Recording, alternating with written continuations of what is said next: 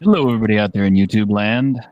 Good to see you guys. I did not think we were going to make it this morning, but we did, and we still got guys that are piling into the back room. So I apologize if we're a little bit slow this morning. I said internet was out in my area for a few hours, and I wasn't really sure we were going to make it today. So very, very glad we did. When we see the rest of our panel here today. Oh my gosh, Victor. Jesus Christ, man. What? It's a bit early to be looking at that. A little scary, bub. Just getting in the mood. All right, I've got some other background application type garbage running. I'm gonna try to get that cleaned up. I'm just finishing a snack. So. Yeah, and I still got people coming into the back room. So, sadly, some of our people who were supposed to make it today have canceled on me. So How dare they? I know. Well, it makes me pretty sad because there were Victor. So yay. Mm-hmm. Yeah, they heard you two were coming, and they just said, "No, we're bailing." Yep. Well, I am evidently a minor boogeyman. You're a minor boogeyman. Well, Grim's a big boogeyman. Yeah, I like Grim's my boss. So yeah. Hey, DM Blackwall. I'm in charge of Hey, how's it going, guys? Hey, going good. All right. Well, hopefully everybody else who is supposed to come in will check their Twitter tweets and stuff and make it as they can. Yeah, that sounds good. Somebody got some caffeine going? Yep. There you go. Oh, yeah. I should grab a monster from the fridge. I'll be right back. Yeah, there you go. You got time. Yep. Hey, Raven. Advertising wins again. Hey, Raven. Raven made it. Hello. How's your time today, Raven? I'm good till close to 8 o'clock. Okay. Great. All right. Let's see. Hello to our chat. Marmy, it's good to see you. And Dueling Dragons, yeah, I'm sorry, Greg. I know you were supposed to make it. I'm sorry work got you. Monkey Jeebus, it's good to see you. Pops, good to see you. Kip Marlowe, always wonderful to see you. I was hoping we'd have more folks on today, but why isn't Ironcaster in here? A joke. He's got work this morning. Well, did sadly, it's our early mornings are rough on folks, but it's like 4 p.m. here. Well, that's just because you're in the Netherlands there, Victor. Oh, shit. Well, I threw links out to Basic Expert, to Joe at Biggest Geekus, and to Jason and a few other folks, and hopefully they'll make it. If not, then, we'll go with what we got. I did get a couple of submissions from people offline, so why don't we start there? Yeah. See, this first one is from the lovely Bruno Galan, who, if you guys have not seen Chronicles of the Crimson Hound or anything, you probably would enjoy it. I believe I've GM'd for them, and so has Grim. Yep. If I can find it, where'd I put it? Man, I'm just totally not prepared this morning. I don't know what it is. It's that you thought you weren't going to have a show today, and then did. Yeah, actually, that's exactly what it is. When I get derailed, man, I get derailed hard. I tell you what, I don't guess I got his downloaded yet, so instead we'll go with one that I recorded yesterday. This is with our guy from Bakshal, who is supposed to be putting his game out pretty soon. Oh, nice. Yeah, I was really hoping he would make it. This is your T-shirted historian, and I'm here with Ian from Black Dragon Games, who's building Bakshal. Did I get that right? Close enough. Okay. And my question to you then is, what is one really good piece of advice, or probably the best advice that you have for a new GM or a returning or a current GM? Yeah, thanks for the question. It was a good one. It got me thinking about, because I have lots of advice to give to TMs and new DMs, and lots of interesting things that I could suggest that I think would be quite helpful. But when I tried to boil it down to one thing kept coming back to me, and it was all based on tweets I'd seen on Twitter over the last year of people coming on and saying things like, "Oh, I had this last session and it just didn't go well, and this went wrong and that went wrong, and I didn't deliver sort of the optimum experience for my players and stuff." And if I were to, give a suggestion or give a piece of advice about this, is don't try to make the game perfect. That's one of the things that I think people spend a lot of time doing. They try to make sure that, there's so many dramatic events per game. There's this happens or that happens in every session. And I think it's a complete waste of time. I remember thinking back to some of my fondest experiences gaming, the one that I remember the most and I had the best time at. And every single one of them happened when I was in high school. And I didn't have a clue what I was doing at all. I didn't know the rules. Neither did anybody else sitting at the table. And it didn't matter. I think we spent a lot of time trying to make this sort of ideal, hermetically sealed experience for our players rather than letting them do what they want and see what happens. And I think it creates a lot of stress for the referees running the game. So that's my advice. Don't be hard on yourself. Don't worry about making mistakes. Just have a good laugh about it. Figure out what you do and you don't like and move on. Don't let the perfect ruin the good, as they say. So that's my advice. No, that's great advice. That's kind of similar to what I was feeling too. All right. I really have seen it a lot over the last few years. People getting all bent out of shape about, I didn't deliver this story beat, or this thing didn't happen, or we didn't complete this in a number of sessions and stuff. And it's like, oh, just relax and play. Like, Exactly. I don't know. Anyway, there you go. There we go. There's our first one. Pretty good. Pretty quiet. Okay. Well, I didn't want to interrupt the recording. No. That's good. Actually, it's kind of what I had planned. Is like everybody will kind of like deliver their best pieces of advice, and we'll just go from there. The one I got from Bruno, I figured out why it wasn't coming up, because it's in MKV format. So I'm gonna have to pull it up on an external player in order to make that happen. But while I'm doing that, who wants to go next? Don't all jump up at once, okay? I suppose I can, just to get it out of the way. Okay. This might seem pretty simple, but it's something that I found really up my game a little. Is don't be afraid to like modify your monsters and NPCs. Like, the stock ones that come in like your monster manuals and all that stuff. They're good, but I found like really making them your own. Like the players appreciate that. It kind of counteracts meta gaming as well. So what I do is I like to roll for HP rather than just going for like the normal health. So every like say they're fighting a bunch of goblins, every single goblin has a different level of HP, so they can't really guess like, well, I killed that other one and like with 8 damage. I'm gonna kill them all with 8 damage now. It kind of keeps them more on their toes. I like giving them different weapons, because it doesn't make sense to me that like every goblin has like a scimitar or something. For like bigger monsters, like boss monsters, I like changing them up. See, I kind of lost my train of thought there. Hang on. Like one thing I did a while ago, I had my players go up against a shambling mount, and as a lot of people know, shambling mounts, they heal from taking lightning damage. But because of the specific plot I had set up, this shambling mount had been drinking from a ancient fountain that was like belonged to a goddess, so it had been like absorbing all this radiant energy. So instead of like taking damage or healing from lightning, it heals from radiant damage. So like all the meta gamers in the party were like, oh yeah, let's hit it with lightning, or don't hit it with lightning, it'll heal. And so they started hitting it with radiant and stuff instead. And then they were like, wait, why isn't it working? And that really like, changed the whole encounter basically. So your advice is basically just don't be afraid to change it up. Yeah. And that came out way more messy than I wanted it to, but that's okay. It's kind of unscripted, so I get it. All right.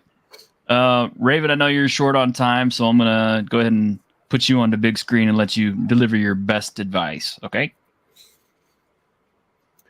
My best advice as a referee, or fate, as we call it, is to take those duties a bit literally. Remember, every god, every being, everything in existence has a fate. And so you're in control of all of these esoteric sort of forces that you try to bring together to make an adventure. I've heard the statement about, let your characters go. And this is very important. Agreed. Let your characters go. I think the biggest mistake a lot of referees do is they continue talking. If you are quiet when you let your players go, they will role play and they will work things out for themselves. You don't need to lead them by the nose to things. You just need to give them the impetus to want to strike out on their own and reward them for it. So that's really a lot of the main advice that I have for referees. Like I heard someone else say, don't try to over design, don't try to under design. Try to hit it right in the middle. Try to hit that perfect little spot in the middle that leaves room for you to generate things as you need to without being hamstrung, tied because of whatever plot you've set up. That's a kind of a combination between a railroad that runs through a sandbox. So that's how I like to do things. All right. I like that. Anybody else ready? Or I guess I could throw this video from Bruno up. Let me see if I can share the screen here. There we go. Y'all ready? Here we go.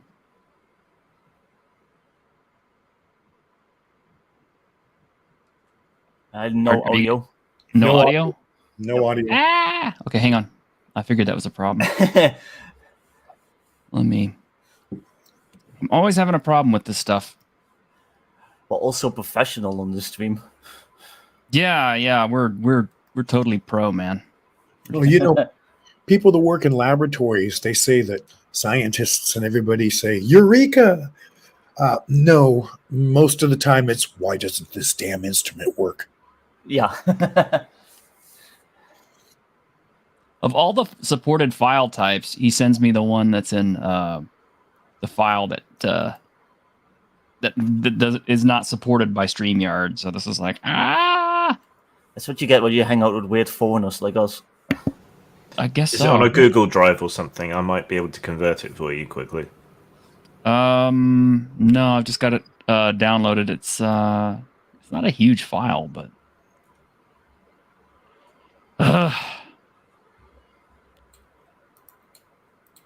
we're so pro here.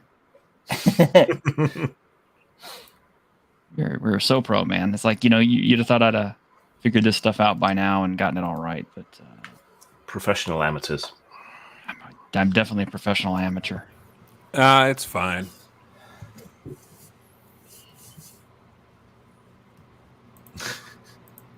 Okay, so now I've got it up for showing on the screen. Now I can't get it to do the sound thing though. I've got it up for showing on the screen. Now I can't get it to Are you boomering again?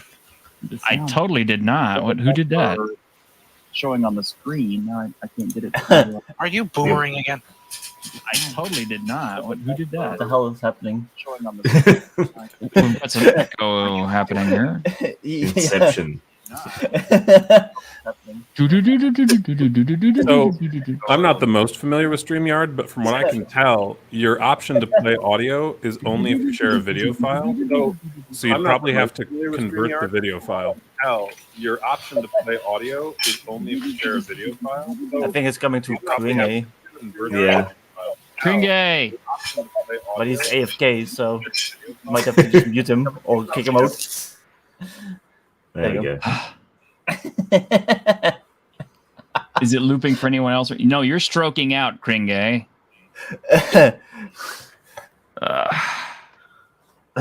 We'll figure something out before too long. I may just have to play it straight through on from my inbox. In fact, that might be the best way to do it. I think I'll try that. All right. Hopefully, I'm not just totally doxing myself here.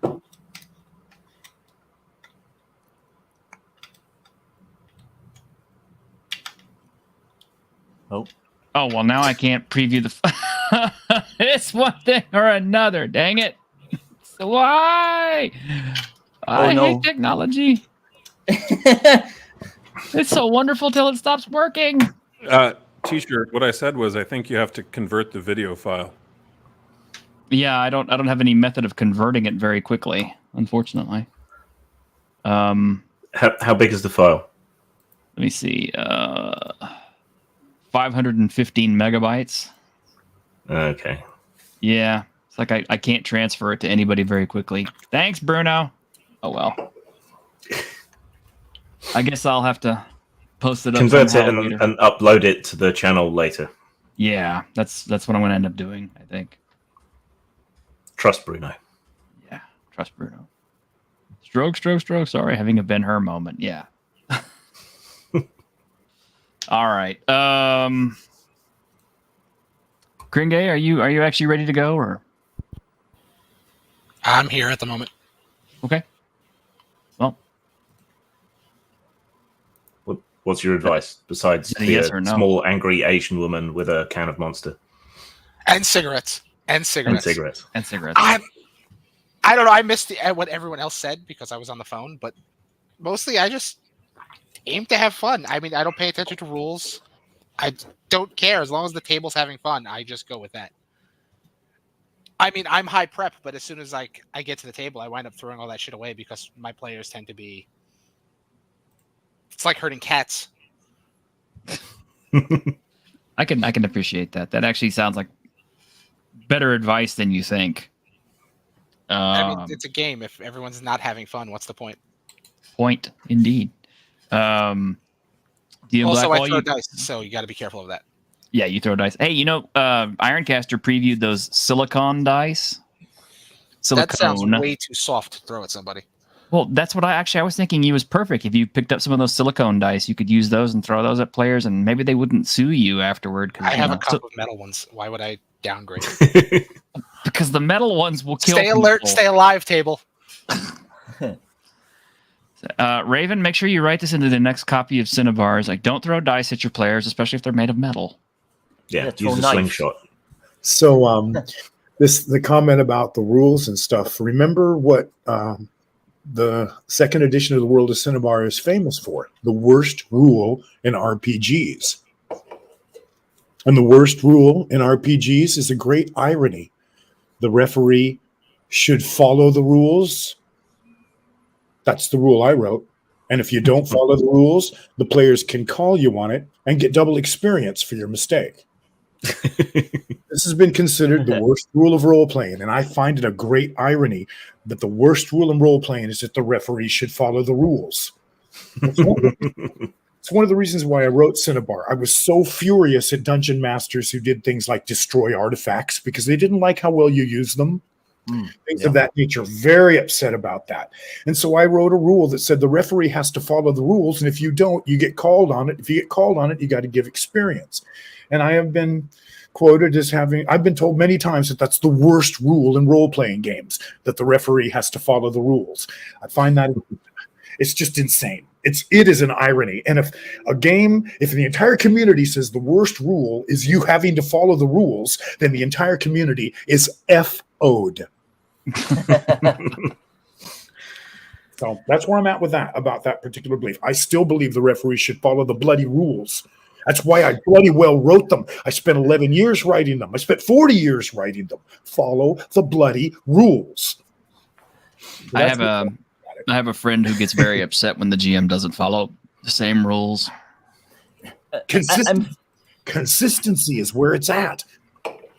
I'm fine with a ruling being made, though, if a rule isn't like known at the time, instead of like diving into your book and spending like 10 minutes trying to find it and like halting the scene. Make a quick ruling, figure it out later, and if the ruling you made is harsher than the actual rule, maybe give like the player like a boon or something in like the next session. Like, they get like, it's like, oh, you get like one of those, what are they called? Inspiration points in D&D, stuff like that.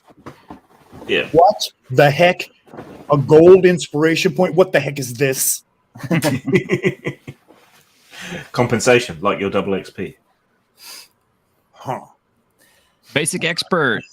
I see you out there in the chat. Hey, yeah, you think you're frustrating this morning and late to tuning in. Yeah, me too, man. I threw you a link, so hop in if you can.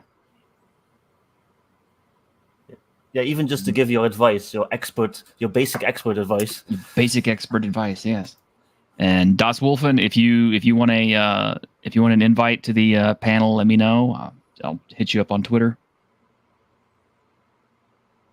I guess I probably need to give out a little bit of advice since this is kind of my show. But the piece of advice I would definitely give to GMs, new or old, and keep in mind I like to run sandbox games. And that is don't sweat the rules. Especially if it's the first time you're playing, you're going to get rules wrong. People will want to check you on rules, call you on rules, or you'll forget stuff. They'll forget stuff. You'll get stuff wrong. It just happens. You could be playing a game for 20 years. And I know this is true because we've been playing 3.5 and Pathfinder first edition for at least 20 years. But you're gonna get stuff wrong. You're gonna misread things. You're gonna overlook stuff. It just happens. Don't sweat it. It's gonna happen. Be less concerned about what the rules say. Be more concerned that everybody is having a good time and wants to come back and play with you again. You can iron out the rules. You can read rules in your spare time. You can discuss what you missed after the game or in between sessions and stuff like that.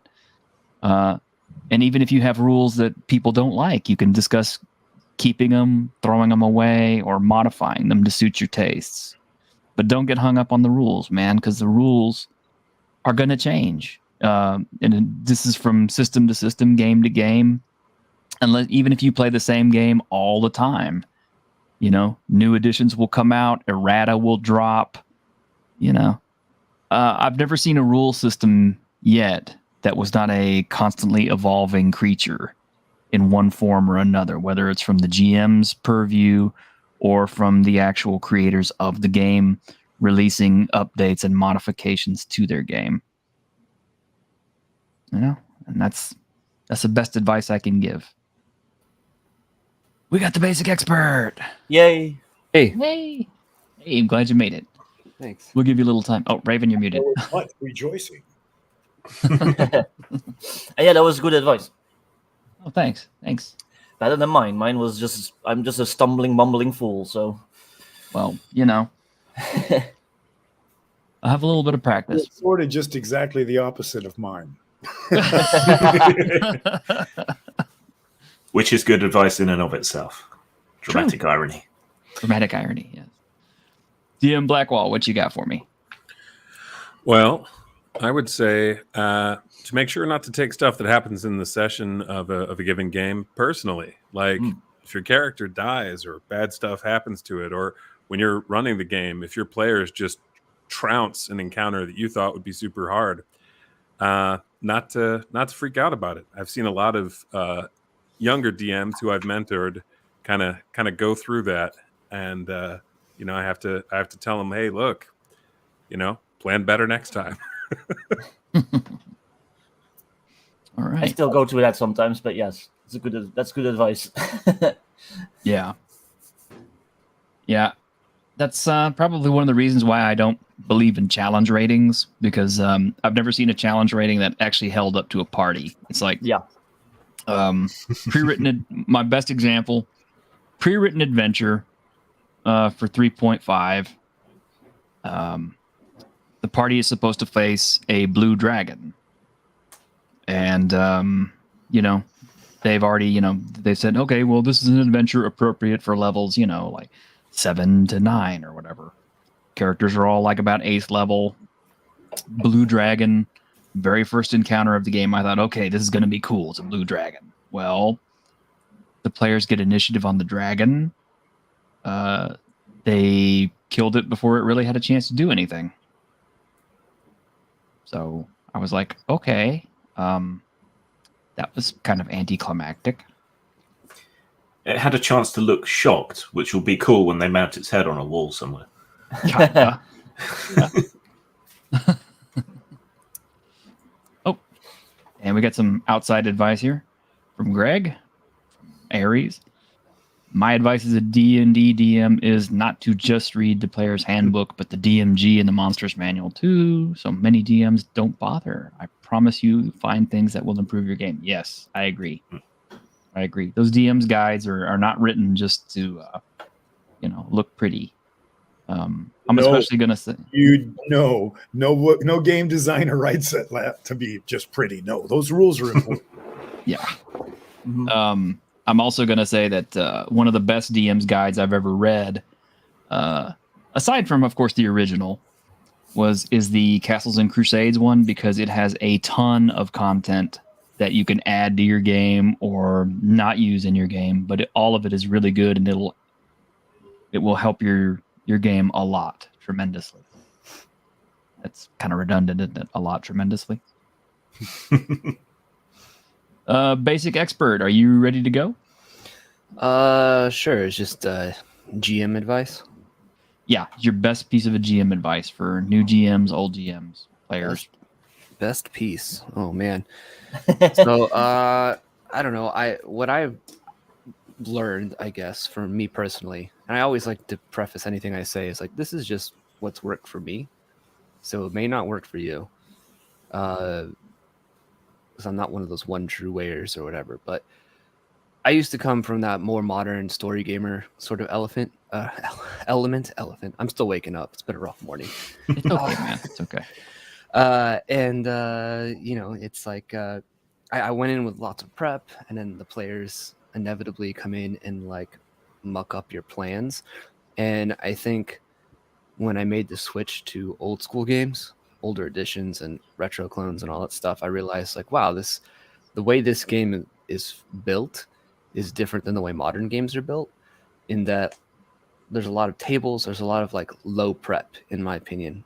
I feel like I could run some games now going in with just like a setting. It's like as far as my prep oftentimes goes, and then just kind of the history, the lore, here's some cities, that's it. And it's just only stuff relevant to the players, what's going to be player facing. Like, I don't care about 10,000 years ago, this one random story happened. Like, I don't worry about that. What are the players going to see? That's what I prep. And then just let the players run amok in the world and then make stuff up on the spot. I don't know. Yep. So I had something that just came up that I remembered. One of the rules that we really push to referees is assimilate whatever has come in at you, deliberate the rules and the conditions, or disassociate. So it's ADDA. So you assimilate, disassociate, deliberate, then adjudicate. Mm-hmm. And this way you stay away from the emotional involvement of the characters, and the idea of coming in with minimal prep and having enough background in the game to where it can run the game for you and you just look things up. That's ideal, in my opinion, because things will always be fresh and new. Yeah, and I feel like I have fun as a GM because I'm sort of exploring the world with the players, because I don't know what's going to happen. I'm going in and I'm just like, they're not just following a script that I made, but I'm exploring the world with them. So it's always fun for me that way. Yes, I agree 100%. Das Wolfen, hey, thanks for joining us this morning. Well, thanks for the invite. No problem.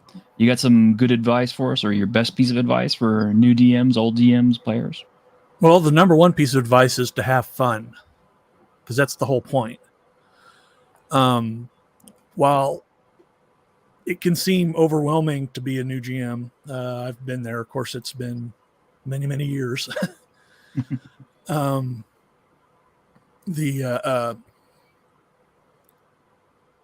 I said, the whole point of the game is to have fun, and it's got to be fun not just for you, it's got to be fun for your players. While there are times when I've had a lot of players over the years that are rules lawyers, and a lot of times that can get frustrating as a DM, even though sometimes you get in the flow and you miss a rule, and that happens. I don't, with the rules, I mean, the rules are important, but also then again, you also need to adjust the rules for your game. I've got rules that I don't use that I throw out because it adjusts, it messes with the flow of my game. So, and the story I'm trying to tell and that I'm trying to get the players to tell. All right. And Part I like of the that. challenge. Excuse me.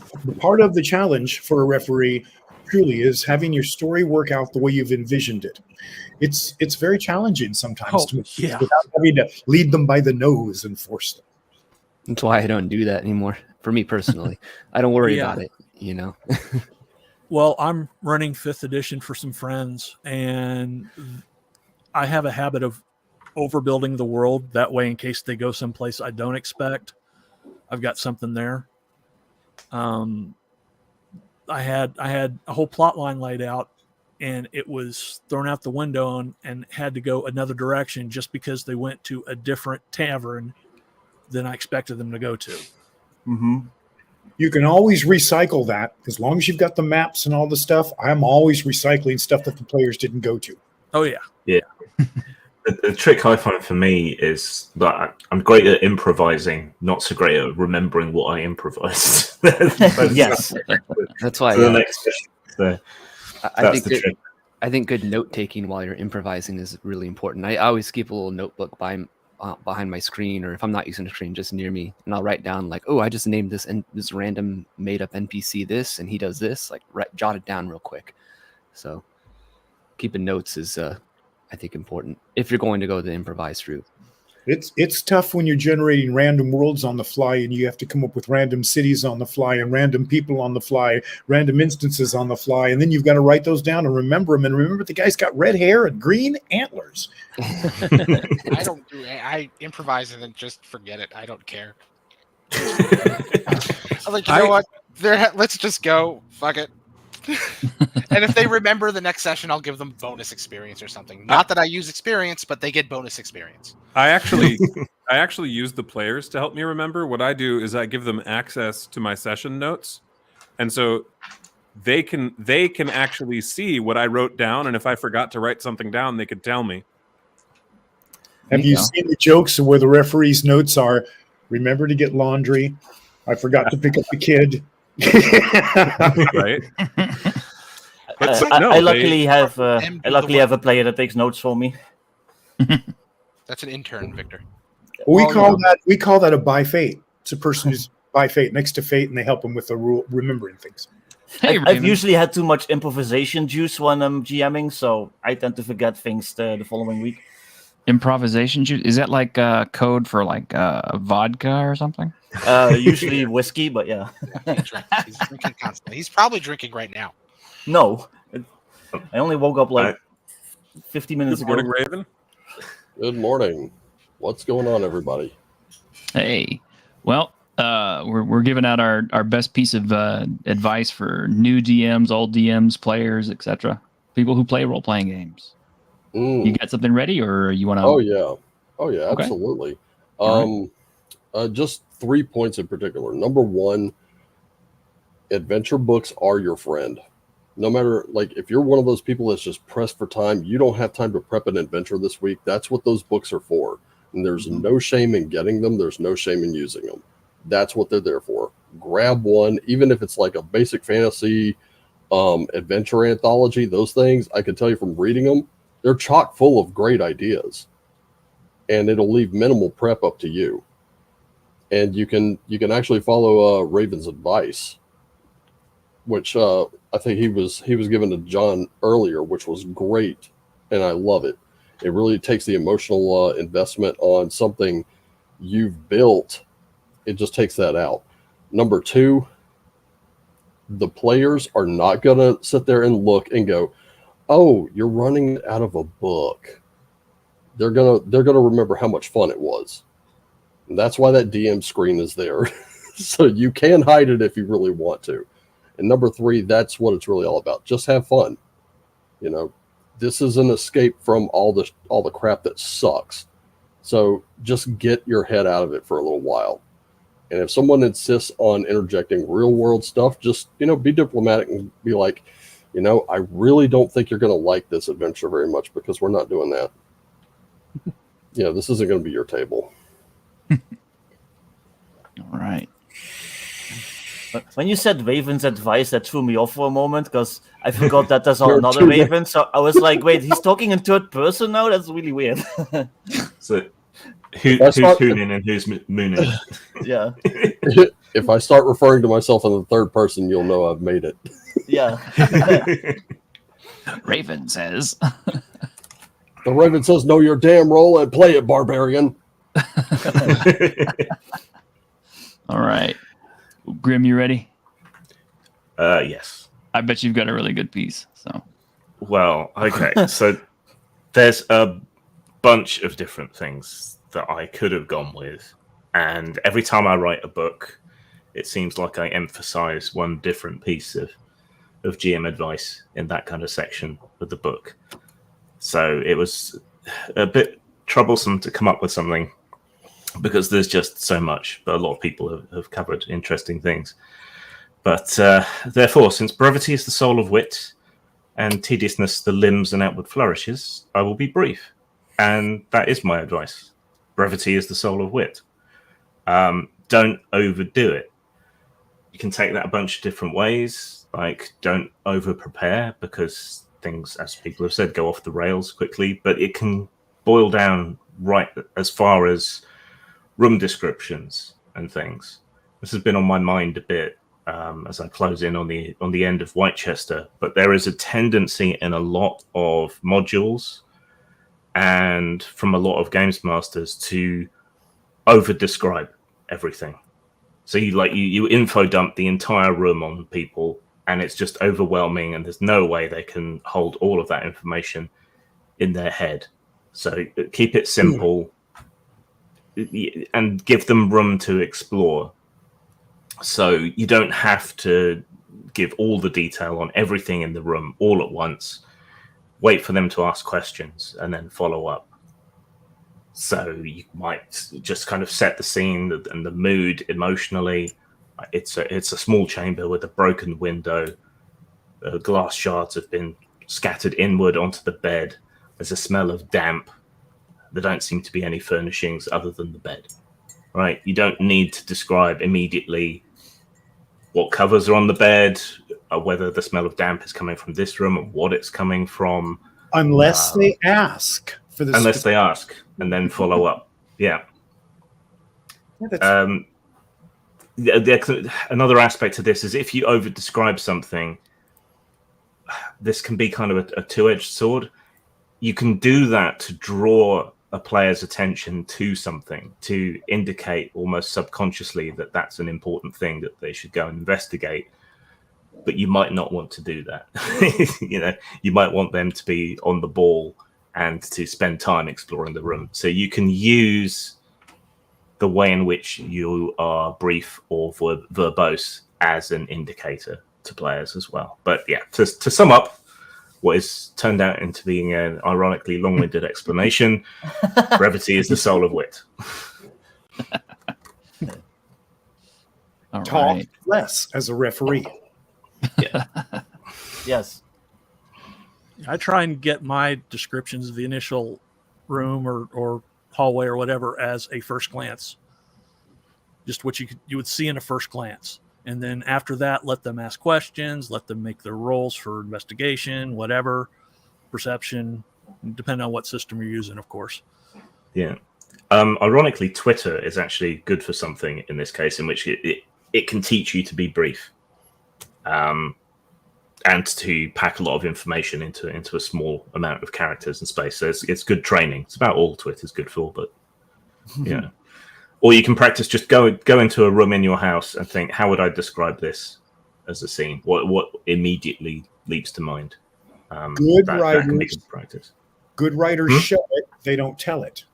Yeah, it's a writing exercise. As a writer, you just you want to describe things, you want to show it, you don't tell it. It's a fine line, but that's what you're trying. I agree. And wow, we got some good GM advice from outside. Also, it's like, yeah, Kip Marlowe, who I wish would come on the program sometimes, but yeah, in the context of historical or historically inspired games, understand the difference between accuracy and verisimilitude. The latter is a flavor or sense that is more vibrant. Love that word. Verisimilitude. Yes. A lot of people using that these days.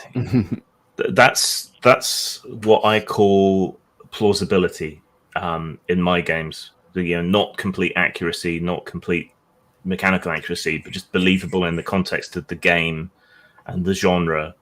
So is it plausible? Not is it realistic or those sorts of things. Just aim for what is plausible in the context. Mm-hmm. Salty has a little bit of advice for us too. He says, adapt the modular map to the personalities of the party. It's got to be fun for you as a DM, not just the players. Yeah, I agree. Mm-hmm. I might have another one real quick. Basically, Google is your friend. Like, even at your table, you can have like your phone with you or a tablet. But there's so many resources online now for like running games. There's programs that like to like generate maps. There's 100 plot hooks, and they're like tailored to like different environments and all that stuff. So there's like so much stuff just outside of even the books you have that you can like pull up real quick for inspiration. Like Raven says, if you don't have anything planned but you just need something real quick, just like Google 100 plot hooks, like I said, and there's like so many like sites and different things that like will give you like lists like that, and you can just like roll up something real quick and there's like a whole adventure. Like I've done that like so many times now.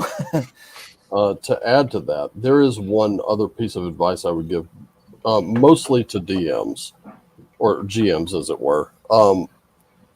Look into having at least one alternate game per month, especially something geared to one shots. I know I scream about this a lot on Twitter, but 10 Candles is one of my favorites. It's not going to be a game for everyone, obviously, but set that up just to avoid a little bit of burnout. Try something a little different. You never know, your crew may love it, and it may get them off of the whole 5e is, that myopic 5e is it. That's everything right now. It's like, but is it? Not really. If you're watching this, you're looking at a whole panel of people who have made games that aren't 5e. And let me tell you something, a lot of them are excellent. Well, thanks. Well, kind of to piggyback off what Victor said too, there's Google, but then I also think like reading a lot is important. Yeah. I don't know if that's been mentioned, but just reading books, even the 5e DMG comes with an appendix N still. Read that stuff. It's good stuff. Read some classical mythology. You'll get some ideas. There's a reason and then just steal the plot. And you steal it. Yeah. But hey, stealing is good. But that's how good writers borrow, great writers steal. Exactly. And that's how I improvise, because it's not that I'm this well-read individual and I know a lot, but I like reading mythology. I like reading the pulpy stories, and that stuff gives you a little toolbox that you can kind of draw from when players go off the rails and do something that you're not expecting. You're kind of like, well, this is kind of like this story I read once, so I could use this in this way, and all of a sudden you have this really cool little scenario you just pulled out of thin air because you've read books. Yep. I think it's especially fun and refreshing when you delve into a mythology that isn't necessarily as widely known. Mm-hmm. So like we've had this big boom in Slavic mythology with The Witcher and so on. That's been really, really interesting and has seemed fresh and new because it's not something we really covered in the West so much. I'm obsessed with Finnish mythology, which was the sort of underlying basis to a lot of Tolkien's work, the sort of Finno-Ugric myths. The Elder Edda. Tolkien used that book as a reference. A lot of people don't realize it. Yeah, and the Kalevala. And then things like South Asian or Indonesian and the sort of island mythologies, they're massively underserved, I think. And there's a lot of good stuff in that, especially horror stuff. Good Lord. Yeah, there's even countries in Western Europe that like nobody ever really pays attention to as far as fantasy goes. That's why I want to do my my Dark Fantasy Netherlands setting, because nobody ever does anything with the Netherlands, and we have like a lot of like myths and like legends that nobody ever like talks about or even like knows. So Yeah, I keep finding that the what is it, the I guess it's the Slavic mythology is like really underutilized, and it's got some great stuff, like Chernobog and Bielobog and everything else. The whole Easter egg myth and everything else. It's just kind of like, wow, that's pretty cool stuff. Hell, there's Raven, a whole bunch of. Go on. I was asking Raven if he's got his hands up. What do you got? What do you got? But he's muted. Oh, he's muted though. Oh well, no, I love Easter eggs. I was going to say there's even like modern mythology. Like there's a whole bunch of stuff that from the former Soviet Union that people don't necessarily know that much about. Sort of weird semi-mythological technology stuff that the conspiracy community has really latched onto, like Red Mercury, Ekranoplans, Stalin's half guerrilla troops he was trying to breed, things like that. It's a whole lot of cool stuff out there. Do you remember Idi Amin trained a bunch of chimpanzees to wield machetes? And to this very day, you do not go in that forest because they will kill you. They will throw a machete at you and you won't even see it coming. Down you'll go. This is still real. This is really there. Idi Amin did this. Huh. It's funny about that is that almost kind of reminds me of some Edgar Allan Poe stuff there with Murders in the Rue Morgue, which also kind of plays into a little bit of Robert E. Howard with his what was it called? Was it Red Shadows or Red Nails? Wasn't Red Nails. It was the one where he had Fact the Man-Ape. Oh, okay. I know what you're talking about. I always forget the name of that one, but I know which one you're talking about. Yeah, I forgot the name of it, but yeah, that was a good one. Speaking of pulp writers, one of the ones that will help. This will absolutely help expand your vocabulary. This guy right here. I mean, if you need any more than that, guess what? They still sell this in paperback fairly inexpensively. So, and yeah, I'm gonna be stealing a whole bunch of shit out of here. That was Vokes in the House t-shirt. Well, all I'm gonna say is if you're playing the game that I'm still working on, Greyhorn, who knows how long that's gonna take because I'm doing everything myself. If you're playing that game and you happen to summon something tentacled from the other side, well, you can just blame me for it. It's fine. Okay. And Victor's really good on that. Yeah, Rogues in the House. That was the name of that Howard story with Fact the Man-Ape. Yeah. Which that's one I haven't read yet. Yeah, and it's based. It was inspired by Murders in the Rue Morgue from Poe. So. Yeah, I got Poe up here too, right next to the Crow. Good choices. And don't be afraid to pick up supplements from other games. Yeah, definitely. Because you can adapt pretty much anything to any system.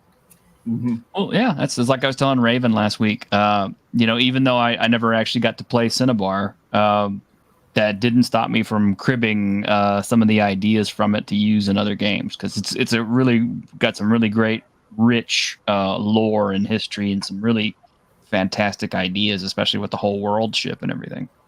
And I definitely borrowed a few of those ideas, Raven. Great writers borrow. Great writers steal. Steal.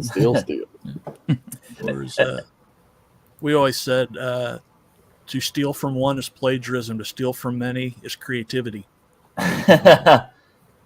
See, I got told this by Larry Niven, by Alan Dean Foster, by a bunch of different pros that I really like. Paul Anderson and McCaffrey. Yeah. Foster's criminally underrated, in my opinion. Most people only know him for like the tie-in books that he does. You know, like one of the things earlier that I mentioned about like trying some different stuff that isn't really highly publicized. I'm gonna add one thing: look for ways you can connect games together. And I'll give you a prime example right now. And I know Miguel. I don't know if Miguel's even in the chat, but Miguel Ribeiro, Sylvia Clemente, and yeah, Jim, I'm talking about you too. You can. I'm serious, dude. Like actual fucking monsters was awesome. Especially that. Look, I was already sold on the little brief description. Then I get into like his intro and the disclaimer, and I'm like,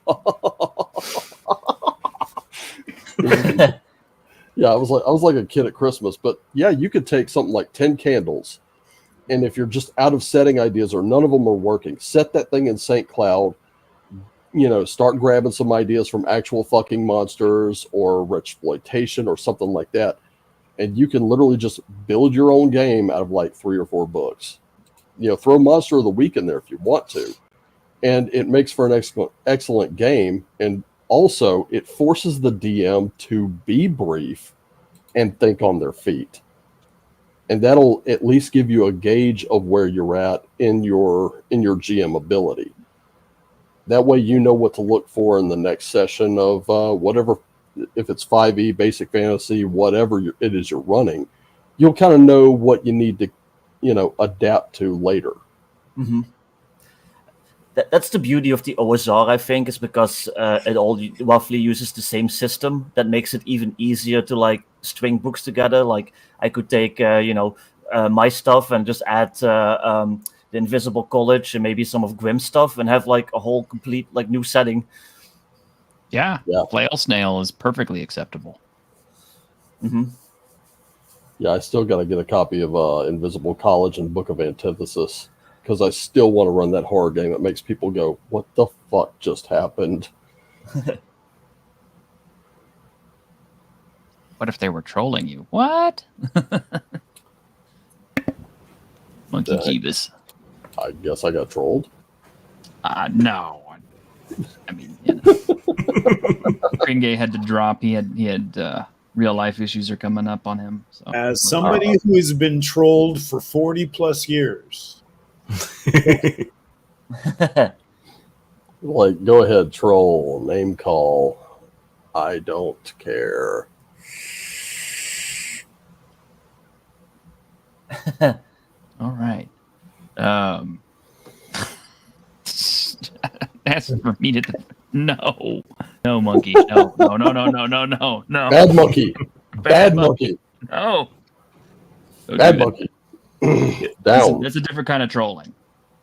Talking about the underserved mythologies, and then you brought up Miguel and Sylvia. I mean, their thing is like the Italian pulps and films, the whole giallo thing.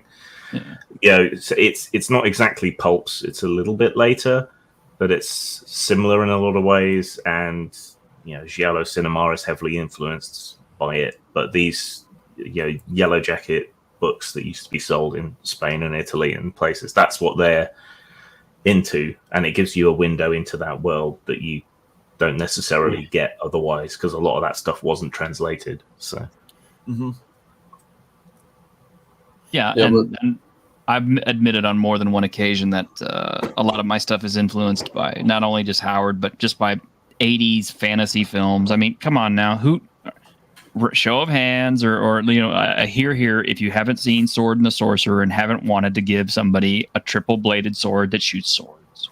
I'm not putting my hand up on that one, because I love that movie. Everybody loves that movie. Hawk the Slayer's better and worse simultaneously. Yes, Hawk the Slayer. And it was first, too. It was actually before Conan. Most people forget that. I'm actually very inspired by 80s and 90s action movies in general.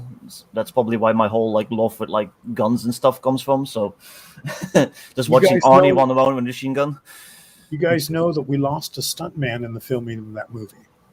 Sword and the Sorcerer? Yes. Yes, the stuntman that's playing the really evil wizard. There's this gigantic leap, and he's like flying through the air at one point. Well, evidently, he landed incorrectly and broke his neck. Huh. Yes, that's right. I covered that. I covered Sword and the Sorcerer earlier, like a couple of months ago, because we were paying homage to that show because it was how wonderful it was and how inspiring it was for just being a great movie. But You don't yeah, have to- Sorry, you don't have to restrict yourself just to fantasy for ideas either. True. You know, there's a lot of great plots you can pull out of sci-fi. You can pull out of horror. You can pull out of anywhere. You pull out history. Pull out of history. Yeah. hey, 28 millimeter RPG, new face there. For example, I ran Marvel back in the day, and I ran an entire game that was inspired by Gremlins 2, where Mr. Sinister was taking DNA from the X-Men and making basically X-Gremlins. Oh, man. Oh, I would have loved to have seen the Wolverine version of that one. Nice. Here's a bit of advice, right? An extra bit. Terrible movies and really bad fiction can make for fantastic adventures. Just rip off a couple of them, mix them together, and there's no way you can do worse than the film or the book was, and you're almost certain to do better. Yes, Um, players will buy into it, and they'll be much better than those actors reading stiff lines. Yeah. Well, the way most campaigns end up going, they're like bad sci-fi movies anyway, like from the Sci-Fi Channel. So, like, just have your rubber monsters and bad acting, and just have fun. And you know what? Orknado. Nothing better than Grindhouse films for most of that. And anyone who has access to my Plex server knows I love Grindhouse. There you go. Well, all right. Okay, everyone, I must get to my laboratory and supervise my scientists. All right, Raven. It's been great seeing you again, man. Yeah, it's been really fun. Hope to talk to you guys again. Love all the advice. You guys are all awesome. I got my books. Thank you. You did? Yes. So I'll be reading them. You got yours faster than I did. That's because I'm better. I guess so. So USPS sucks. Don't Yeah, hesitate that's to contact me, Graham. I'd like to speak with you. I really enjoyed watching your other show. Oh, right. Yes. Oh, there's another piece of advice. Get porn stars to play the games with you. If you can, yes. I don't think I want to play that. Well, depends on the game, I guess, but yeah. Here we go. Another edition of Strip Basic Fantasy. I've got sweaty nerds to play games with. Porn stars or for different things. Oh, Okay, well, gentlemen, you guys are all fantastic. I am very honored to have been here. Have a wonderful day, everybody, okay? Yep. thank Andy, you. take care. Take care, Raven. Bye. Bye-bye. See you, Raven. I love that guy so much. I'm so glad that he agreed to come on the show last week because I have to admit it was really, really refreshing and it was totally unexpected. I think Grim and I were both just like, wow, this guy's really cool. Yeah. I came away from that interview energized. It's just he's so enthusiastic about everything. Mm-hmm. It's He good. does. It's a He good does dude. give off that vibe, and I'm going to say I watched that interview, and it was a lot of fun to watch. Yeah. I mean, it's like I'm totally stoked. I can't wait to read this new edition of Cinnabar and actually give it a try.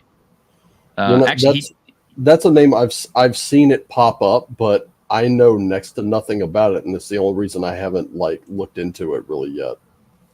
well, RPGNet really lambasted the first edition of it, and I myself, since I own that first edition copy, I will admit that it was a little difficult parsing those rules, but as a setting goes, it's really fantastic. So It's messy. It's a trip to read, definitely. But now having talked to the guy, right? So I've broken open one of the books and started reading it. But you hear it in his voice now, having listened to him, and it makes it a lot easier to read and to understand where he's coming from. So, When you read the book in Raven's voice, it suddenly takes on a whole different meaning. Yeah. Yeah, and 28mm RPG post links to channels. Yeah, Snorty, get on that, man. If you Do we can, I know have- it's a lot of people to keep up with. Do we have links for everyone's channels?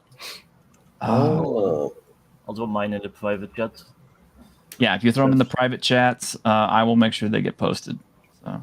Let's see. You should be able I to just will at me. find Just do mine. at. Your channel, yes, indeed. All right. The basic expert channel, best in the business. No way. There you go, T-shirt. I just threw you mine over on Twitter. So Okay. Alrighty. I'll tell everyone this: unless you're interested in tarot readings, it's probably not going to do you a whole lot of good. But I do have live streams where we talk about just about anything. So we're gonna do the live streams like every couple weeks or so. Who knows? Yeah, we did a pretty good one with the Black Death and the Justinian Plague. Justinian Plague. Yeah, that was actually my second ever live stream. The first one went so poorly, I was like, I'll wait till my audience builds up, because I was actually doing that first one reading from a book of fairy tales. Oh wow. You know, and I'm trying to just express like this is what they actually were, trying to give a little background on what function they served. And I got someone in the live stream was like, next time read Mein Kampf, and I'm like, oh. Does Wolf and I subbed to you. My first fucking live stream, and this is what you're gonna do. Oh, thanks, dude. Yeah, I ended up streaming for over 5 hours on Sunday, and T-shirt was there, Blackwall was there. It was really fun. Yeah, that was good. Yeah, Victor's live streams and John's live streams are a lot of fun. A lot of fun to be on. A lot of fun to watch too.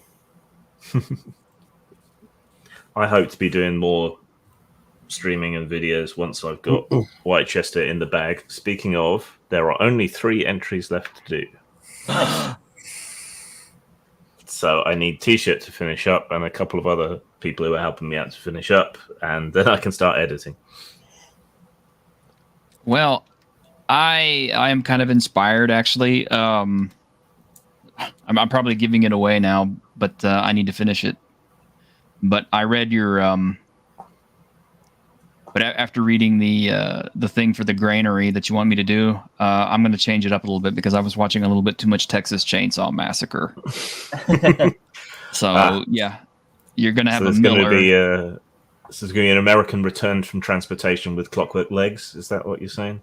No, worse. It's yeah, your Miller survived the initial zombie push, but his family didn't. So now he's got them all strapped into chairs around a dinner table, and he's feeding PCs and everything else to them.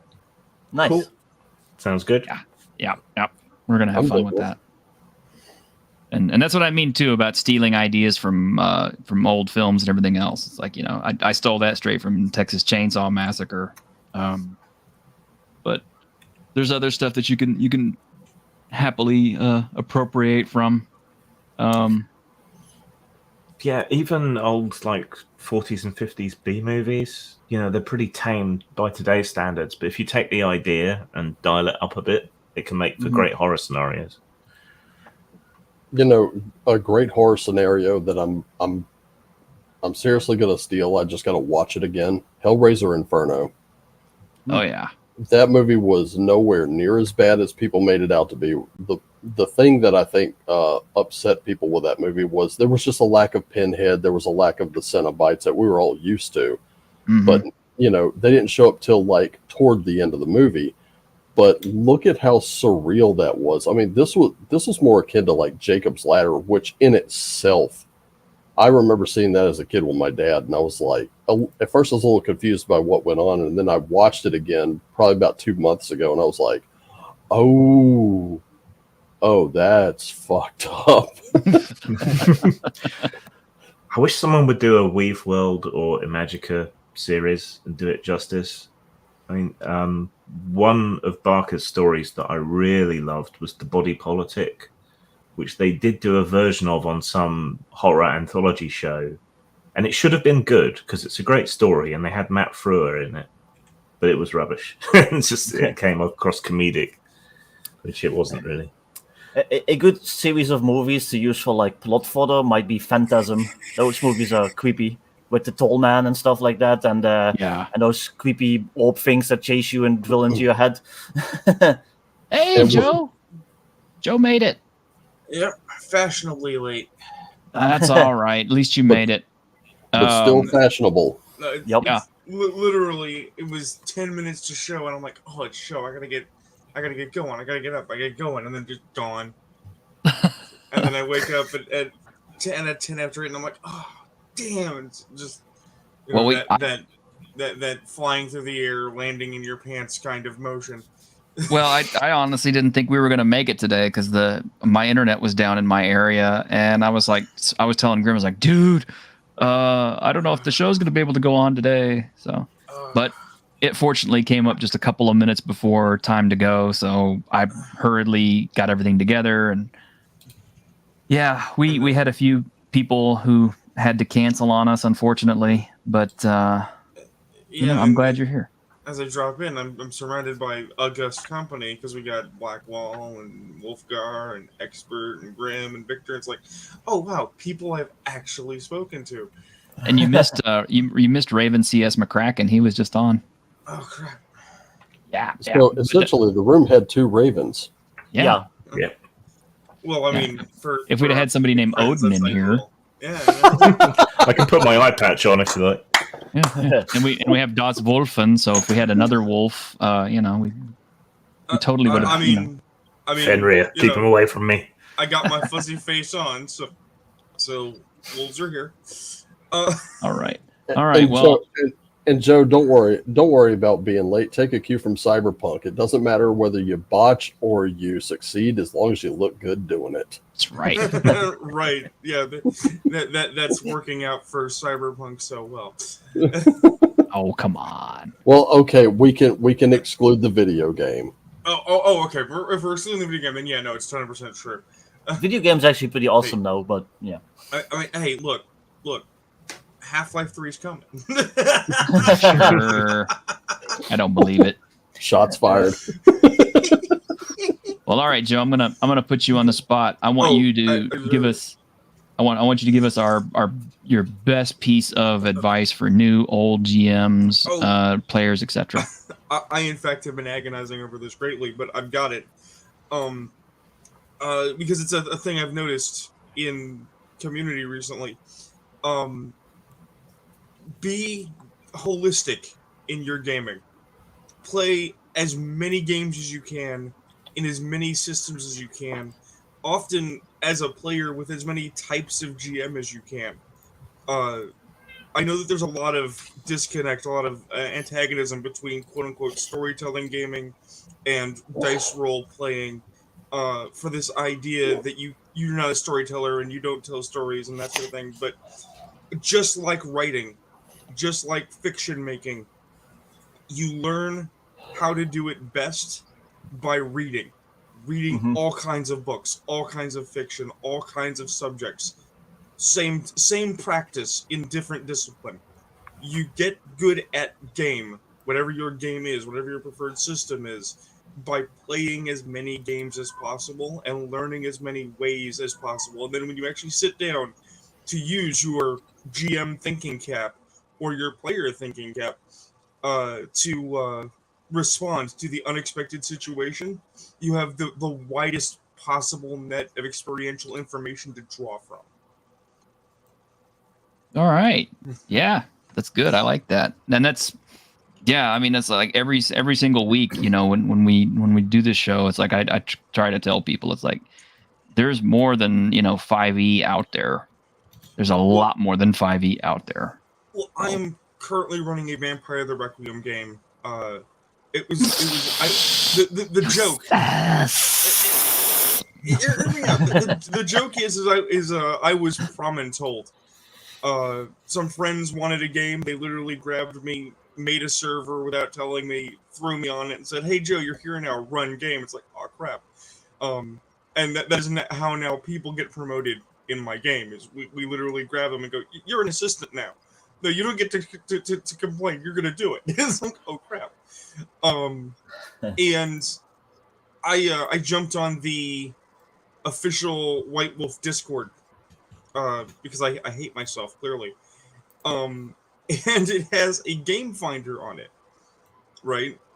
And every person I see, V5, V5, V5, V5, Hunter, V5, they're all playing what they can see on YouTube.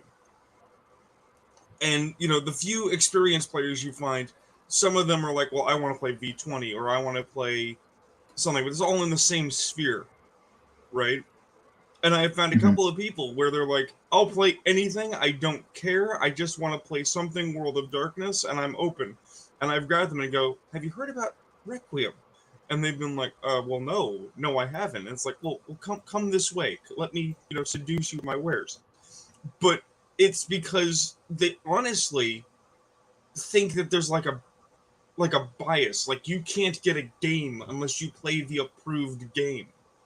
And that applies to D&D 5 as well. There are people who are just like, the only D&D they've ever played is 5e.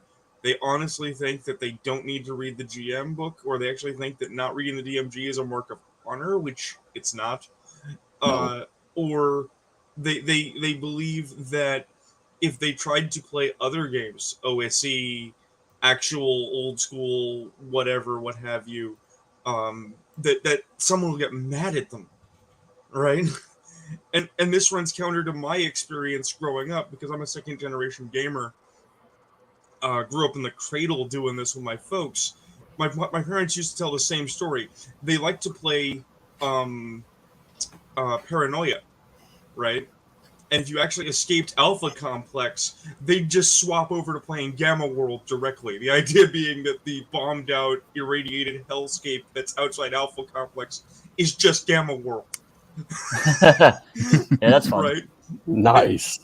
But that's the thing, is like, you could do that back in the day because there was no brand loyalty expectation saying if you didn't obey the brand, the corpo police would get you.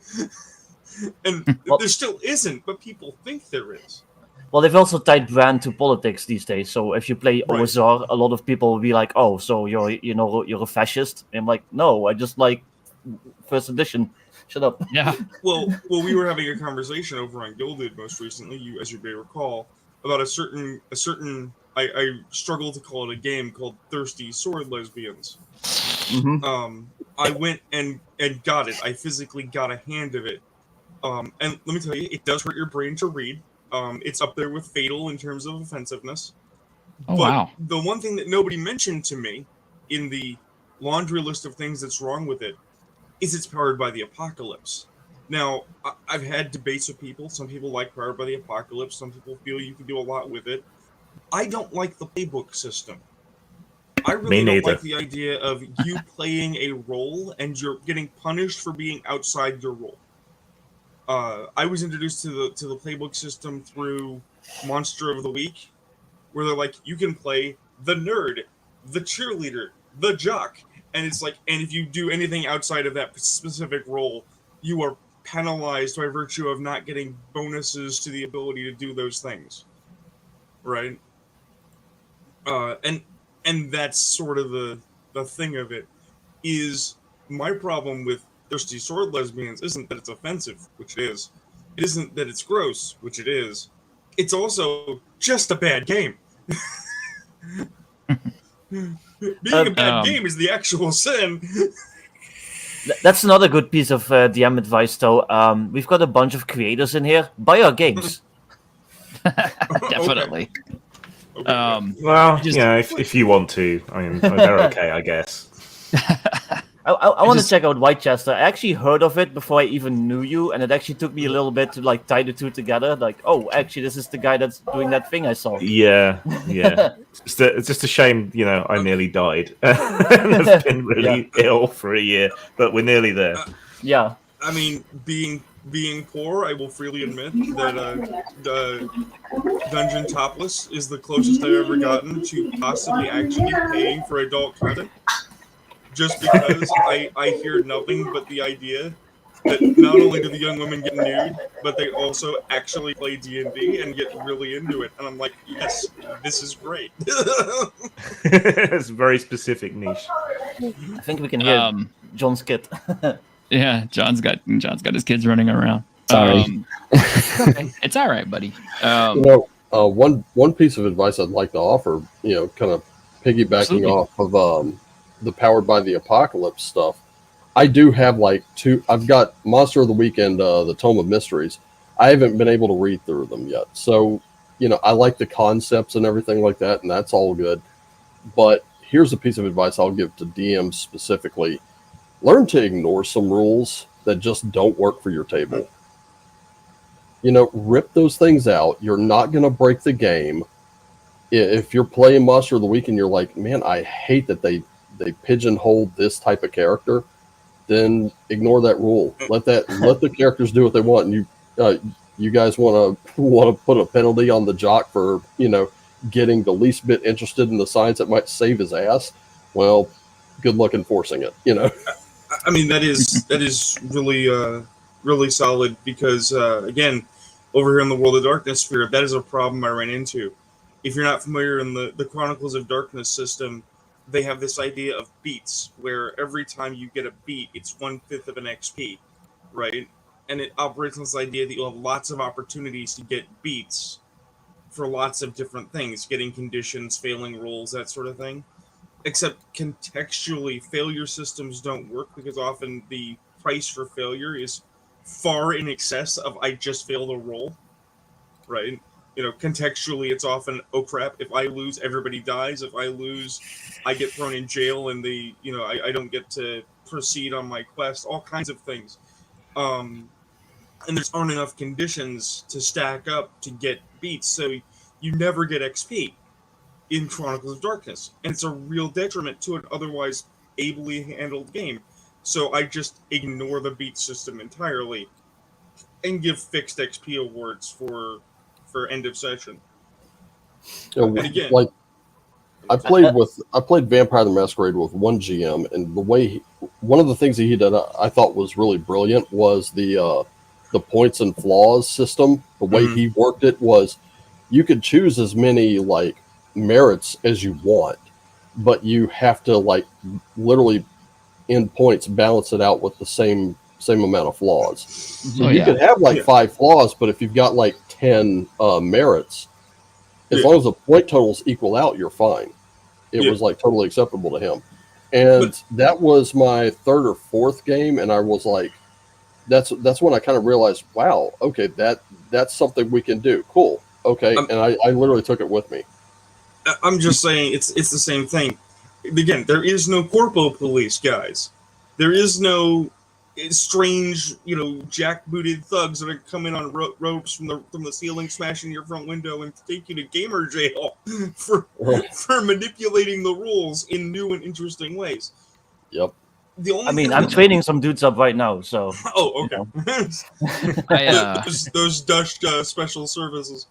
The only thing that I've ever been frustrated by, as far as YouTube sphere goes, besides of course not being expansive enough, that reinforcement of the idea that there's only 5e and a couple of other specific game lines, is those are advertising fronts.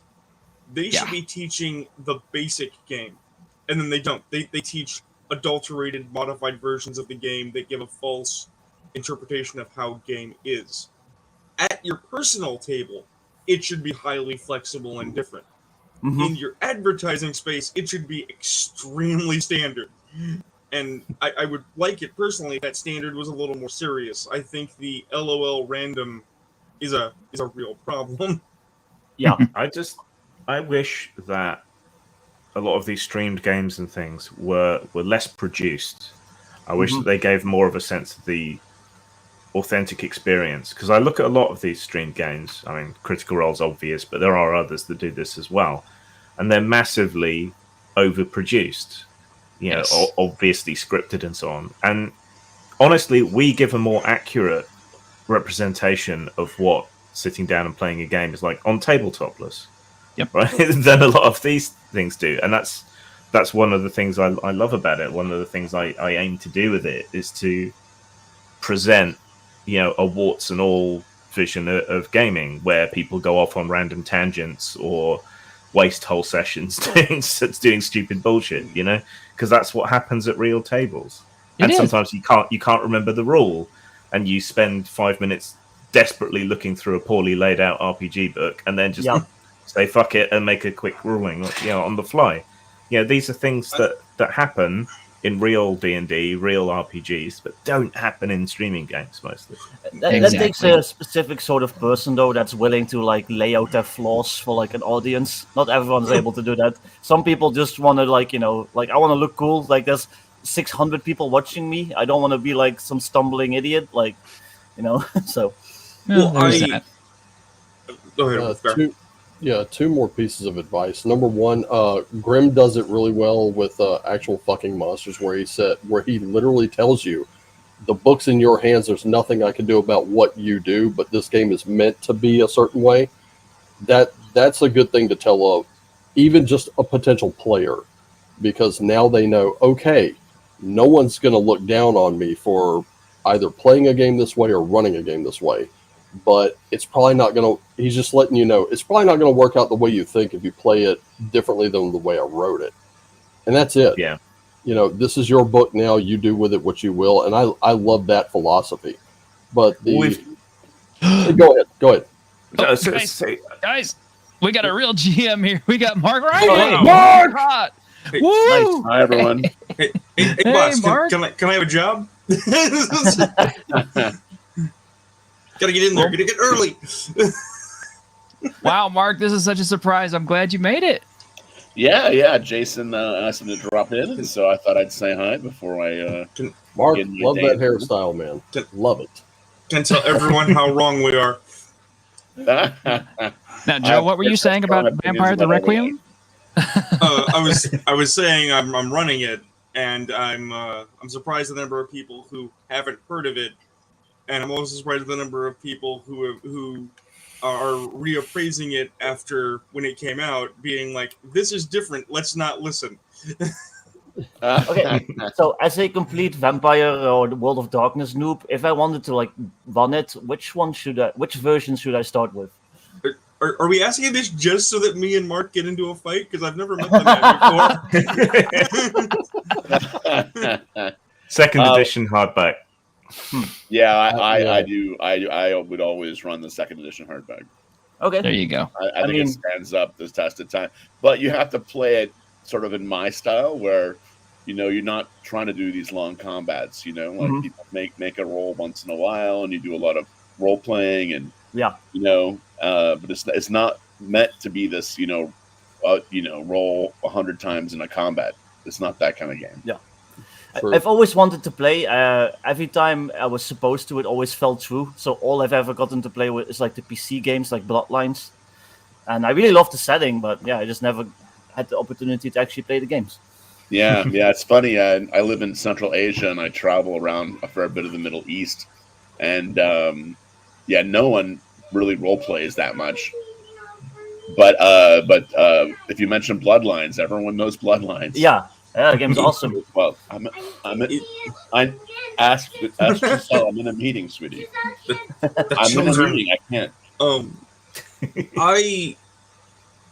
Since I'm on the spot now again, I find that Masquerade's actually quite good. And yes, revised is the way to go. But that the biggest problem, especially in the area of the world I live in, come from. The biggest problem with Masquerade is Masquerade players. I come from Lacey, Washington, which is adjacent to Olympia. We're an hour south of Seattle, Tacoma, and have some of the saltiest, oldest World of Darkness grognards who style themselves as first-gen World of Darkness players, and they are extremely conservative in their interpretations. And just...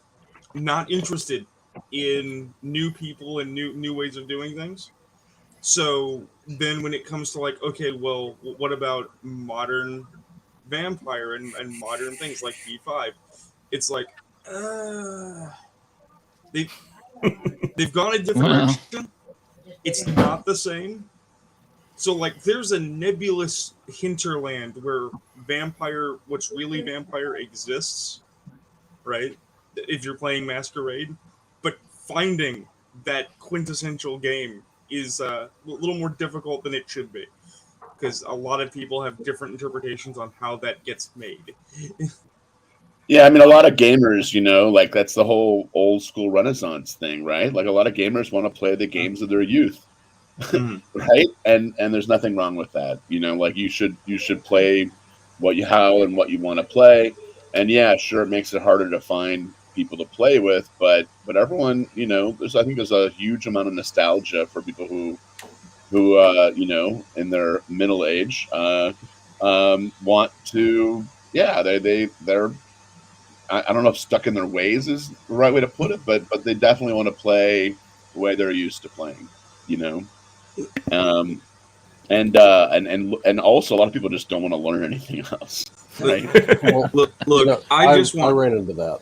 I just want a Masquerade game where they'll let me play a Shamasei without being a Sabbat. Can we just make that happen? As a Misi, yeah. I mean, just run it. I mean, that's people are always surprised when I run games like, oh, you're not really following your own rules very much, and I'm like, I've never followed my own rules very much. I wrote the rules. I have no interest in following rules. We're trying to tell a story here. We're trying to have fun, and the dice rolls and the rules are there to sort of give us a sense of reality and a foundation. But really, if we decide to go a different direction, then we're going in a different direction. I spent 10 years in the LARP Society, which gave me a kind of violent anti-nostalgia towards them. I've only just recently been able to get back into playing.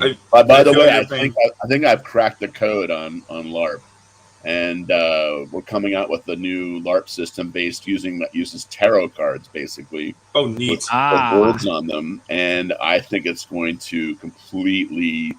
It takes a lot of the ideas of Nordic LARP, but doesn't expect people to be, these brilliant LARPers or actors, But I think it's sort of the LARP that anyone can do and play, and I'm pretty excited.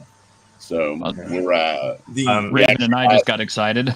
on the back of the cards, we actually have the rules text is kind of like hidden. It looks like a normal back of a card with all the ornate stuff, but hidden in there is the text. And so actually, you have rules on the card, on the back of the card. I mean, I gotta ask: do you include orientation? Like, is there a reversed and a proper dynamic for how the card is drawn? Yes, absolutely. Excellent. I'm a big fan of a smaller indie game you guys might have heard of called Swan Song, that also uses tarot cards, but it doesn't use the orientation mechanic, and I've always felt that was a huge miss, because there's so much more interpretation to be had out of tarot cards, which are, of course, a very flavorsome thematic tool. Basically, what we do is each card represents a loyalty that you have. So, like, I think LARPs can be self-organizing if you simply say that the different aspects of your character are the different loyalties you have, and so each card you have represents a different faction that you're a member of. So that way, no one really knows your true loyalty, because you have all these different possible loyalties, and that's very true to real life, right? Mm-hmm. I'm a gamer, but I'm also, this in politics, and I'm from this area, and and I have an interest in this sport, and so all these things together sort of form me, right? But which one is number one? Well, only I can say that. So basically, if your card is flipped, that means that you are disloyal to that faction in some way, in some fundamental way. You're a member, but you're not, and only you decide if it's flipped or not. It's sort of up to you. Okay. I'm sorry. Yeah. Well, since today's show it's our season finale, Mark. What we're doing today is it's kind of like the GM's roundtable, where a GM will give his best piece of advice to new or old players or GMs. So I was wondering if you could hit us up with your best piece. Yeah, actually, we're working on that with the new with the Badlander RPG. And my best advice is to download as much work as possible on the players. So you should not be the scribe. One of your players should write down the names of everyone you meet, and then when you ask, they read it back to you. You should not be the person to look up rules. Someone else should be the rules master. But you overrule them when you want. Or better yet, this is what I do, is that no one's allowed to open the book during the game. And some games that's not possible, but a well-designed game, like, it should be that everything's on the character sheet and you can just sort of run it with just looking at your character sheet. You don't have to look up rules at the time. So my thing is always about, like, analyze the ways in which you're sort of wasting your time and sort of slowing the game down and just cutting that stuff out, which is why, a few key rolls rather than constant rolling of dice is way better for the game. It's way better for everyone. And it lets you think and flow with the story and think of things to do and work on your accents and your characterizations and think of plot ideas. But when you get so busy that you're running, all these NPCs and doing numbers and math and, writing things down and looking things up, it doesn't give you enough time to do the really cool stuff. So every way, just try to download that or stop doing it. You still want people to feel like they're playing a game. The game aspect is a key part of role playing. We don't want just, improv, right? I mean, that can be real hella fun, but we're trying to satisfy different itches, right? And gameplay is part of it, right? But you don't have to get so involved in gameplay that you lose sight of everything else. Right. I like that. I've got to scoot, so I just want to take the opportunity quickly to ask Mark. So what's happening with Badlander now? Because the fundraiser was halted. You want to relaunch at some point? Yeah, we're gonna relaunch. We're actually gonna put it for sale as a PDF for now, and we're gonna relaunch probably in a few months. Our printer date was postponed anyway. I don't know if you guys know, there's this huge paper shortage in North America. And so our goal is always to have our Kickstarter basically as soon as we finish the Kickstarter, the book is already laid out. And then we ship the game within 1 month. So there's no waiting. We want to be the fast iteration people who can deliver right away. Because so many Kickstarters, you're waiting for years, right? And anyway, so our printer, we didn't have any papers, so we couldn't do that. So once they get paper, probably in December, we'll run it again. Cool. All right. Well, I've got to go. It was a great finale. I think it's a good advice for people. So yeah, I'll see you later. All right, Grim. You take care, man. Thanks for being with me again this season. Ciao. I will miss you, Grim. Later. Yeah, and I gotta get going too. I put a note in the private chat. Hope you guys have a good day. Yeah, I'm gonna get going too. That's my daughter again. So if I don't get her something, I'm in trouble. So it's nice talking to you all. And now take care. Thanks for showing up. Yeah. Later. Bye, everyone. Great to meet you, Mark. Yeah, great to meet definitely. You. That was well, cool. I'm gonna piggyback off of what Mark was saying on the way out, though. It is absolutely true that it is a good axiom for the GM to diversify the workload across multiple hands, but not just because it makes the GM's job easier, which is always great because we're lazy. We run games so we don't have to work. It's also good for the players. I can't list the number of times I've been in a game where you had a player that was either uncertain as to what to do and felt really lacking in confidence. So when you came around to their time, they're like, I hit him with my sword and that was it. Or they were the kind of person, I've had a couple of friends who are like this, that they'll like be playing a game on their phone simultaneously to playing your game. And it's like, come on guys, really get invested. If you give everyone an administrative job at the table while you're running the game, so they have a small portion that they're supposed to oversee, they are also more invested and pay more attention. Yeah. They actively stay more involved because they have a vested interest in making sure the game works. Because then if it doesn't, everyone looks at them and goes, "You." You know what? You know what? One of the things I wanted to kind of bring up with the Vampire the Requiem thing, I did purchase that book. I don't know if I got it like close to release date or whatever, but I remember being in Books A Million. I saw that and World of Darkness, and I was like, these two look awesome. So I bought both of them. And I'd already had Wraith the Oblivion, Mage the Ascension, and I found a bunch of those at like a comic book shop. They were just clearing them out, and I was like, well, you know, you're selling them this cheap, I'll buy them. And a couple things struck me. We looked at Vampire the Requiem, and we were like, what? And nobody wanted to play it. So that one stayed on my shelf. World of Darkness, everyone thought, okay, that looks cool. If we're doing like an X-Files type of game, that looks really cool. But it went back up on the shelf and nobody played it. And a whole bunch of players at that VTM table were like telling stories of characters that had died, and I really wish I could play that one again. And I'm like, well, I've got Wraith, we can always bring that character back, and no one wanted to play it. It's like, god damn it. The thing is sort of twofold. Is one, because V5 is getting it too, even though V5 is a lot more contentious of a property, in my opinion, is experienced players with 20 years of books or more in Old World, getting on the high horse, being like, well, Requiem just doesn't have that much material. It's like, well, of course it does. It's a new game line. It hasn't got 20 years worth of books and accumulated bad writing to flunt it out. And that's not a judgment about the game. That's literally like, when you have 20 years of books, you're going to have some duds. It's just going to happen. Not everything's going to land on a hit. Yeah. But the other thing is that it is one of those game systems, the new World of Darkness, that is very much like, in the hands of a good GM, it sings. It's wonderful.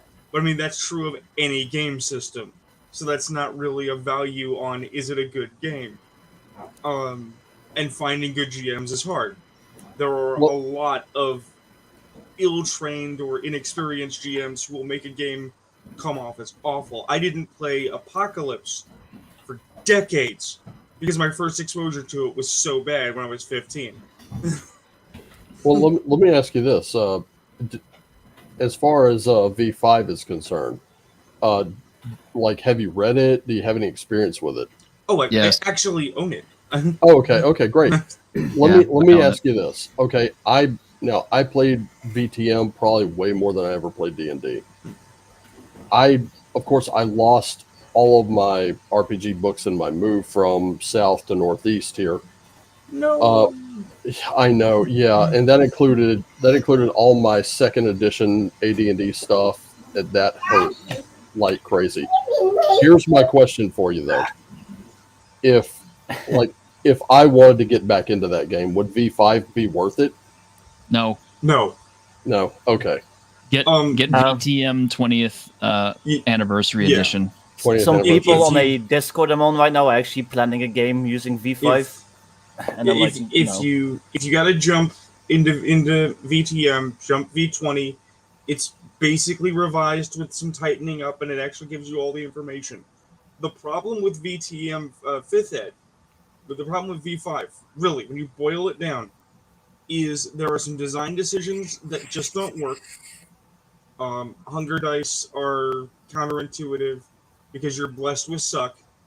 And the infrastructure for how powers work is not only confusing, but it is intimately limiting. It takes away all your best stuff. I really don't like that my favorite clan is just Diet Gangrel now.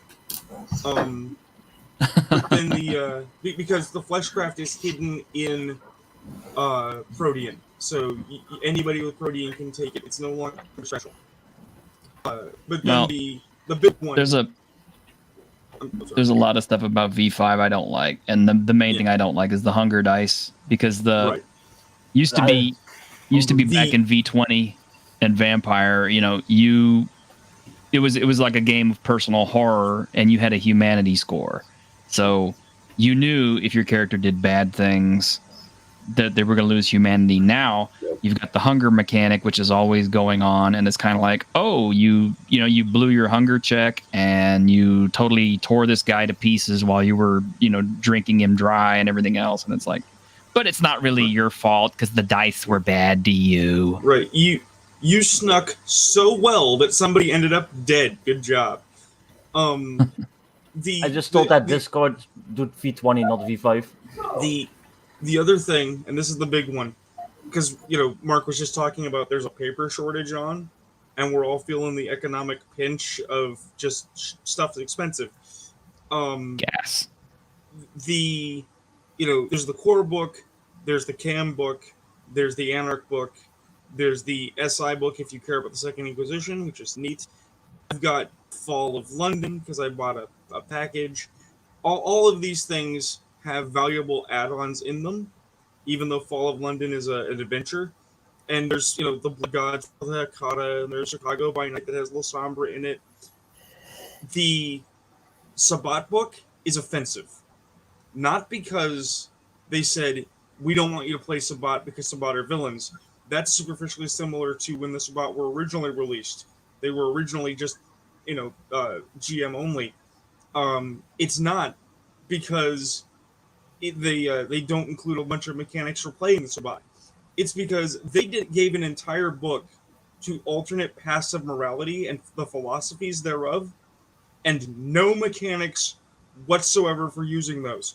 It is literally a coffee table book. It looks pretty. It has fancy graphics. It is the least useful $30-$40 you will ever spend. Yep. I mean, Thirsty Sword Lesbians is out there, so I don't know. I will credit. It looks better than Thirsty Sword Lesbians. That's not much of an accomplishment.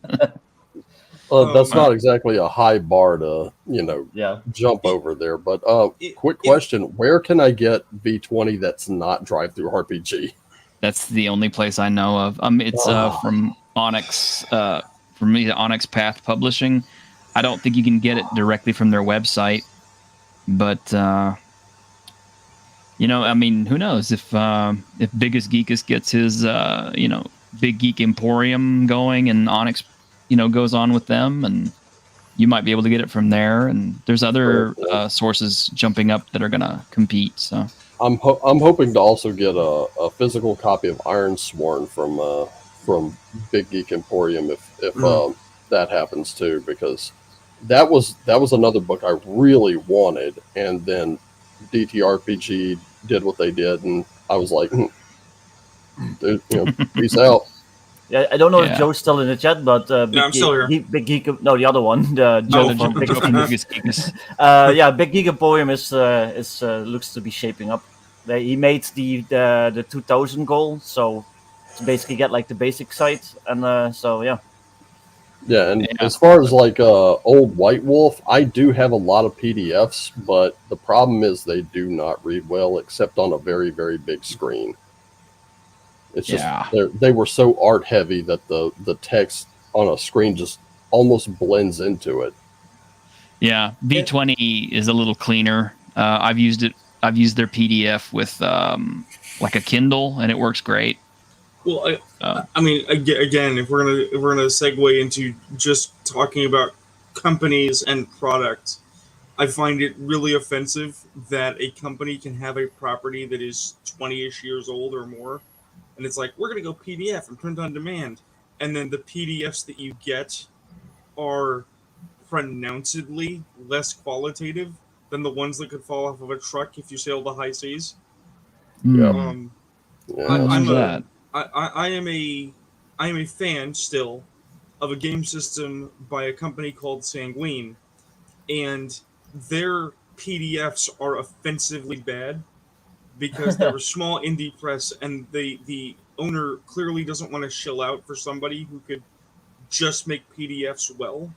So it doesn't have good bookmarking. It doesn't have cross-indexing, and you can't cut and paste out of them.